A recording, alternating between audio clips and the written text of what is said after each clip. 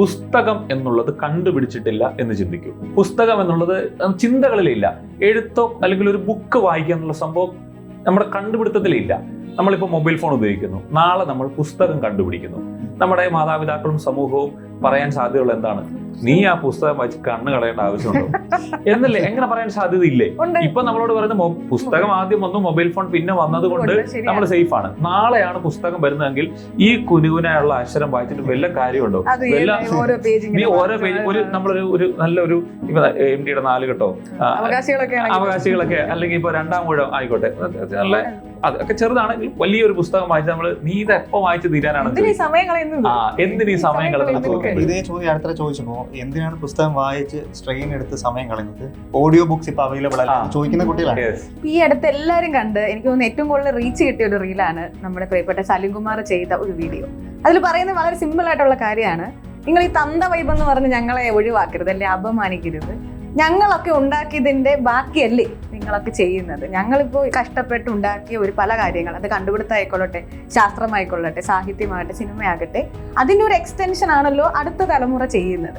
അപ്പോൾ നിങ്ങൾ അതിൽ ഇത്ര അഭിരമിക്കുകയും ഞങ്ങൾ എങ്ങനെ മോശക്കാരാകും എന്നൊരു ചോദ്യമാണ് അദ്ദേഹം ഉന്നയിച്ചത്. അപ്പോൾ ആ ചോദ്യത്തോട് എനിക്ക് തോന്നുന്ന കാര്യം, ഒന്നിനോടൊന്ന് മെച്ചമെന്ന് പറയുന്നത് ഉപമയെന്നാണ് നമ്മൾ പഠിച്ചിട്ടുള്ളത്. അപ്പോൾ ഇങ്ങനെ ഉപമിക്കുമ്പോഴാണല്ലോ ഒന്ന് മുകളിലും ഒന്ന് താഴെയും വരുന്നത്. ശരിക്കും നമ്മൾ കാലഘട്ടത്തിന്റെ ഒപ്പമല്ലേ പോകണ്ടേ? ഇപ്പോഴത്തെ നമ്മൾ നോക്കിക്കഴിഞ്ഞാൽ ഒന്ന് സാങ്കേതിക വിദ്യ വളരെയധികം വളർന്നു കഴിഞ്ഞു. അപ്പം നമ്മൾ ഒന്ന് ആലോചിച്ച് നോക്കൂ, ഏത് മൊബൈൽ ഫോണാണ് ഞാൻ ആദ്യമായിട്ട് നിങ്ങൾ ആദ്യമായി ഉപയോഗിച്ചത്? അതിൽ നിന്ന് ഏറ്റവും ലേറ്റസ്റ്റ് മൊബൈൽ ഫോണിലേക്ക് എത്താൻ എടുത്ത ദൂരം അല്ലെങ്കിൽ സമയം എന്ന് പറയുന്നത് വളരെ ചെറുതാണ്. അപ്പോൾ മാറ്റത്തിൻ്റെ സ്പീഡ് വളരെ വലുതാണ്. അപ്പോൾ ഒരു പക്ഷേ തൊട്ട് മുൻപുണ്ടായിരുന്ന ആ പ്രായമായ നമ്മൾ പറയുന്ന ജനറേഷൻ അവർ എക്സ്പീരിയൻസ് ചെയ്ത ആ ചേഞ്ച് എന്ന് പറയുന്നത് വളരെ സ്ലോ ആണ്. അപ്പോൾ ഒരു പക്ഷേ ഈ ഫാസ്റ്റ് ചേഞ്ചിങ് ആയിട്ടുള്ള ലോകത്തോട് അഡാപ്റ്റ് ആവാൻ അവർക്ക് ഒരു പക്ഷേ ഇത്രയും അവർ പെട്ടെന്ന് പറ്റിയെന്ന് വരില്ല. അതൊരു പക്ഷേ ഈ അറിയാത്തതിനെ കുറിച്ചുള്ള പേടിയായിരിക്കാം. നമ്മൾ പറയത്തില്ല ഫിയർ ഓഫ് ദി അൺനോൺ എന്ന് പറയുന്ന പോലെ ഏതൊരു മാറ്റം വരുമ്പോഴും ഈ ഒരു കൺഫ്യൂഷൻ ഉണ്ട്. അപ്പൊ അതിനെ മറയ്ക്കാൻ വേണ്ടിയായിരിക്കും ഒരു പക്ഷേ പറഞ്ഞു ഞങ്ങളുടെയൊക്കെ കാലത്തായിരുന്നെങ്കിൽ, എപ്പോഴും കേൾക്കുന്ന ഒരു കാലത്തായിരുന്നെങ്കിൽ ഞങ്ങൾ 15 കിലോമീറ്റർ നടന്നു പോയിരുന്നു. പക്ഷെ ഇന്ന് നടക്കുന്നുണ്ടോ? ഇല്ല. കാരണം ഇന്നത്തെ പുതിയ സാധ്യതകൾ ഉപയോഗിക്കുന്നുണ്ട്. എനിക്കത് പെട്ടെന്ന് കണക്ട് ചെയ്യാൻ പറ്റുന്ന ഒരു ക്യാരക്ടർ അറബിക് കഥയിലെ ശ്രീനിവാസൻ സാർ അവതരിപ്പിച്ച മുകുന്ദൻ എന്ന് പറഞ്ഞ കഥാപാത്രം. മാറ്റങ്ങൾക്ക് നേരെ ശബ്ദമുയർത്തുന്ന അതേ വ്യക്തി തന്നെ മറ്റൊരു സാഹചര്യത്തിൽ ചെല്ലുമ്പോൾ അതിന്റെ സാധ്യതകൾ മനസ്സിലാക്കുമ്പോൾ അതനുസരിച്ച് ആ കഥാപാത്രം മാറുന്നുണ്ട്. അപ്പോൾ നമ്മൾ പണ്ട് പറയുമല്ലോ, ചായപീടികയിൽ നിന്നുള്ള ചർച്ചകൾ ഇപ്പം വിക്കിപീഡിയയിലുള്ള തപ്പലുകളായി മാറുന്നു. പണ്ട് നമ്മൾ ഗുട്ടൻബർഗിന്റെ കാര്യങ്ങൾ പറയുമ്പോൾ ഇപ്പോൾ സുക്കർബർഗിലേക്ക് കാര്യങ്ങൾ എത്തുന്നു. അപ്പം കാലം മാറുന്നതിനനുസരിച്ച് മാറ്റങ്ങളുണ്ടാവും. അപ്പോൾ അതിനോട് അഡോണി സൂചിപ്പിച്ച പോലെ അഡാപ്റ്റബിൾ ആകാൻ പറ്റാത്തതിന്റെ ഒരു ഫ്രസ്ട്രേഷൻ ആയിരിക്കാം ഒരു പക്ഷേ കാണിക്കുന്നത്. എന്നാൽ എല്ലാ കാലത്തും നന്മകളില്ലേ? എല്ലാ കാലത്തും അതിൻ്റെതായ സൗകര്യങ്ങൾ, ഓരോ കാലത്തും അതിൻ്റെതായ ഒരു സ്ട്രക്ചറൽ ഗുഡ് എന്ന് പറയുന്നതുണ്ട്. ഇപ്പോൾ നമ്മൾ മനസ്സിലാക്കുകയാണെങ്കിൽ ഓരോ സമൂഹവും അതിന് നന്മയുണ്ട്, അതിന് തിന്മയുണ്ട്, പണ്ടുമുണ്ട്, ഇന്നുമുണ്ട്. പക്ഷേ ഇന്ന് വളരെയധികം ഫാസ്റ്റായിട്ട് ലോകം മാറുന്നുണ്ട്. ഇപ്പൊ നിങ്ങൾക്ക് വർക്ക് ഫ്രം ഹോം എന്നുള്ളത് പണ്ടത്തെ കാലത്ത് നമുക്ക് ചിന്തിക്കാൻ പറ്റുമായിരുന്നു. വർക്ക് ഫ്രം ഹോം ഇല്ല, നോ വർക്ക് ഫ്രം ഹോം എന്നുള്ളൊരു രീതി മാത്രമേ ഉണ്ടായിരുന്നുള്ളൂ. ഇന്ന് നോക്കൂ, ഇൻസ്റ്റഗ്രാം ഇൻഫ്ലുവൻസേഴ്സ്, യൂട്യൂബേഴ്സ്. ഇപ്പോൾ ഒരു യൂട്യൂബർ, അവൻ യൂട്യൂബിൽ വീഡിയോ ഇട്ട് നല്ല രീതിയിൽ വരുമാനം ഉണ്ടാക്കുന്നു. അതൊരു തൊഴിലാണ്. യൂട്യൂബിങ് അല്ലെങ്കിൽ വ്ളോഗിങ് എന്ന് പറയുന്നത് ഒരു തൊഴിലാണ്. ഒരു പ്രായമായ ഒരാളെ സംബന്ധിച്ചിടത്തോളം അതൊരു വാസ്തവത്തിലൊരു തൊഴിലാണ്. അദ്ദേഹത്തിന്റെ അല്ലെങ്കിൽ ഒരു കൺസിഡറബിൾ ജനറേഷന്റെ മനസ്സിൽ യഥാർത്ഥ ഒരു ശക്തമായ സുദൃഢമായ ഒരു ജോലി എന്ന് പറയുന്നത് ഒരു പക്ഷേ ഗവൺമെന്റ് ജോലി ആയേക്കാം. ഞാനൊരു യൂട്യൂബർ ആണെന്ന് പറഞ്ഞു കഴിഞ്ഞാൽ, പക്ഷേ ഇന്നു മാത്രം വരുമാനം ഉണ്ടാക്കുന്നുണ്ട്. ക്രിയേറ്റിവിറ്റി ഇപ്പോൾ ഒരു ഗവൺമെന്റ് ജോലിയാണ് എനിക്ക് കിട്ടുന്നെങ്കിൽ ഒരുപക്ഷെ എനിക്ക് ആസ്വദിക്കാൻ പറ്റിയില്ലെങ്കിൽ ഞാൻ പക്ഷേ യൂട്യൂബ് വ്ളോഗിങ്ങിലൂടെ അല്ലെങ്കിൽ യൂട്യൂബിങ്ങിലൂടെ ധാരാളം വരുമാനമുണ്ട്, സംതൃപ്തിയും വരുമാനം ഉണ്ടാക്കുന്നുണ്ടെങ്കിലും. ഇപ്പൊ 5ാം ക്ലാസ്സിലെ ഒരു കുട്ടി എന്നോട് പറഞ്ഞു ഞാനൊരു യൂട്യൂബർ ആണ് ടീച്ചറെ എന്നാണ്. പക്ഷെ നമ്മള് അതൊരു നമുക്കൊരു അത്ഭുതമാണ് തോന്നുന്നത്. അപ്പൊ നമ്മളിലും ഈ പറയുന്ന തന്തവൈബ് വർക്ക് ചെയ്യാനുള്ള ഒരു സാധ്യതയുണ്ട്. പക്ഷെ അത് ഈ നേരത്തെ അഡോണി സൂചിപ്പിച്ചു, നമ്മള് മാറ്റത്തിന്റെ സ്പീഡ് ഭയങ്കര വലുതാണ്. അതിനോട് നമ്മൾ എങ്ങനെ അഡാപ്റ്റബിൾ ആകുന്നുണ്ട്. ഇപ്പൊ പണ്ട് വാച്ച് പോലും ഉപയോഗിക്കാത്ത ഒരാള്, അങ്ങനെയുള്ളവരാണ് എനിക്ക് തോന്നുന്നു ഇപ്പൊ വാട്സാപ്പിലെ കേശവന്മാരായിട്ട് മാറുന്നത്. അവര് വാട്സാപ്പ് ഉപയോഗിക്കുന്നു, ഈ പറയുന്ന കാര്യങ്ങൾ ഗുഡ് മോർണിംഗ് ഉൾപ്പെടെയുള്ള മെസ്സേജുകൾ ഫോർവേഡ് ചെയ്യുന്നു. ഒരു കാര്യമുണ്ടോ, ഈ വാട്സാപ്പിന് ഒരു കാലത്ത് കുറ്റം പറഞ്ഞിട്ടുള്ള ആളുകൾ വാട്സാപ്പ് ഉപയോഗിച്ച് തുടങ്ങി കഴിയുമ്പോൾ നമുക്കൊരു 5 വർഷം മുമ്പോ 6 വർഷം മുമ്പോ കിട്ടിയിട്ടുള്ള മെസ്സേജുകളാണ് ഏറ്റവും കൂടുതൽ ഫോർവേഡ് മെസ്സേജ്. ഗ്രൂപ്പുകൾ ശ്രദ്ധിച്ച് നമ്മൾ പറയാം ഇത് കഴിഞ്ഞ വർഷം മുന്നേ വന്ന നമ്മൾ പറഞ്ഞു ഇന്നലെ നടന്നതാണെന്നുള്ള മട്ടിൽ ഈ കാര്യങ്ങൾ നമ്മുടെ ഒക്കെ ഫാമിലിയിലുണ്ട് ഈ ഒരു കാര്യം. അപ്പോൾ അതുകൊണ്ട് തന്നെ ഈ മാറ്റം മനസ്സിലാക്കാൻ പറ്റുന്നില്ല, അല്ലെങ്കിൽ അതിനോടുള്ളൊരു പേടി, ഇതാണ് ഇവരെ പലപ്പോഴും ഈ പുറമോട്ട് വലിക്കുന്ന ഒരു കാര്യം.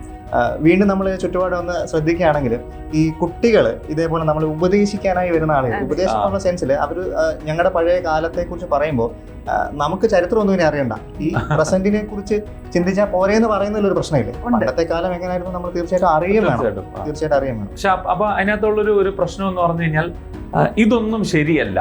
അതായത് ഇതൊന്നും ഇപ്പോഴത്തെ ജനറേഷൻ പക്ക അവർക്ക് കാര്യക്ഷമതയില്ല, ശരിയായിരിക്കാം, അവർക്ക് പണ്ടത്തെ ആളുകൾ ചെയ്ത അത്രയും മൂല്യബോധമില്ല അല്ലെങ്കിൽ പ്രാക്ടിക്കൽ സെൻസ് ഇല്ല എന്നൊക്കെ നമ്മൾ പറയും. അതൊരു പക്ഷേ പല കാര്യങ്ങളിലും അവരുടെ ടെക്നോളജി മാറുന്നതിനനുസരിച്ച് അല്ലെങ്കിൽ അവരുടെ ലൈഫ് സ്റ്റൈൽ മാറുന്നതിനനുസരിച്ച് ചേഞ്ച് ആവുന്നുണ്ട്. പക്ഷേ അതിപ്പോൾ നമ്മൾ മുണ്ടക്കൈ ദുരിതബാധിത മേഖല നോക്കിയു, ഒരു ഗവൺമെന്റിന്റെ ഒരു സഡൻ ഇമ്മീഡിയറ്റ് റാപ്പിഡ് റെസ്പോൺസ് ടീമിൽ ഏറ്റവും അധികം രജിസ്റ്റർ ചെയ്തത് 25-30 വയസ്സിനിടയുള്ള മനുഷ്യരാണ്. അപ്പൊ സാമൂഹിക പ്രതിബദ്ധത ഇല്ലാത്ത അല്ലെങ്കിൽ ഒരു സോഷ്യൽ വിഷൻ ഇല്ലാത്ത കുട്ടികളാണ് വളർന്നു വരുന്നത് എന്നും നമുക്ക് പറയാൻ പറ്റില്ല, അല്ലേ? കോവിഡ് കാലത്താണെങ്കിലും പ്രളയകാലത്തൊക്കെ ആണെങ്കിലും സോഷ്യൽ മീഡിയയുടെ ഒരു വലിയ സാധ്യത ഇവരൊക്കെ എങ്ങനെ ഉപയോഗിച്ചു, എത്ര ക്യുക്കായിട്ട് പലപ്പോഴും പറയുന്നതാണ് ക്ഷമ കുറഞ്ഞു വരുന്നു എന്നൊരു കാര്യം പറയുന്നത്. പക്ഷേ എത്ര നേരം വേണമെങ്കിലും ക്ഷമയോടെ കാത്തിരിക്കാനും വേണ്ട എല്ലാ രക്ഷാപ്രവർത്തനം ചെയ്യാനൊക്കെ മുമ്പോട്ട് ഇറങ്ങുന്നുണ്ട്. അപ്പൊ എല്ലാ ജനറേഷനും അതിൻ്റെതായ നന്മകളും ഉണ്ട്, തീർച്ചയായും അതിൻ്റെതായ തിന്മകളുണ്ട്. ഇപ്പൊ ഉപയോഗിക്കുന്ന വാക്കുകളാണല്ലോ ജനറേഷൻ ഇസഡ്, ജനറേഷൻ കുട്ടികൾ എന്നുള്ള നമ്മൾ ആൽഫ, ഇങ്ങനെയുള്ള കുറെ കാര്യങ്ങൾ.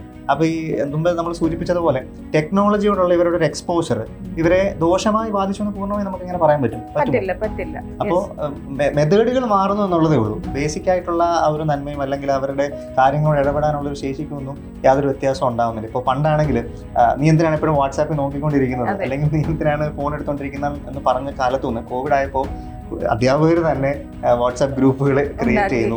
അതില്ലാതെ സസ്റ്റെയിൻ ചെയ്യുക എന്നുള്ളത് വളരെ ബുദ്ധിമുട്ടാണ്, അല്ലേ? ശരിയാണ്. നമ്മൾ എപ്പോഴും ഈ പരിണാമത്തെ കുറിച്ച് പറയുമ്പോഴും ഈ സർവൈവൽ ഓഫ് ദ ഫിറ്റസ്റ്റ് എപ്പോഴും ചർച്ച ചെയ്യുന്ന ഒരു കാര്യമാണ്. അപ്പം അഡാപ്റ്റ് ആവാത്തവരൊക്കെ പുറകിലായി പോകും. അപ്പൊ നമുക്ക് ഈ മുന്നേ ഓടാൻ കഴിഞ്ഞില്ലെങ്കിലും അറ്റ്ലീസ്റ്റ് കൂടെയെങ്കിലും ഓടാൻ. അതായത് ഈ മുന്നേ ഓടുക എന്ന് പറയുമ്പോൾ ഇതിന് മുൻപുണ്ടായിരുന്ന ജനറേഷന് ഇപ്പോഴത്തെ ജനറേഷന്റെ ഒപ്പം സഞ്ചരിക്കാൻ പറ്റുന്നില്ല. അവരതിനെ റിജക്റ്റ് ചെയ്യുക, അല്ലേ? ഒരു പരിധി വരെ റിജക്ഷൻ ആണ് സംഭവിക്കുന്നത്. ഇപ്പോഴത്തെ ഉള്ള ആ കറണ്ട് ജനറേഷനെയും കൂടെ കൂട്ടി ഒരു ഫ്യൂച്ചർ ജനറേഷനിലേക്ക് പോകാൻ സാധിച്ചു കഴിഞ്ഞാൽ അത് പൂർണ്ണമായും ന്യൂ ജനറേഷൻ ശരിയാണെന്നുള്ള വാദമല്ല.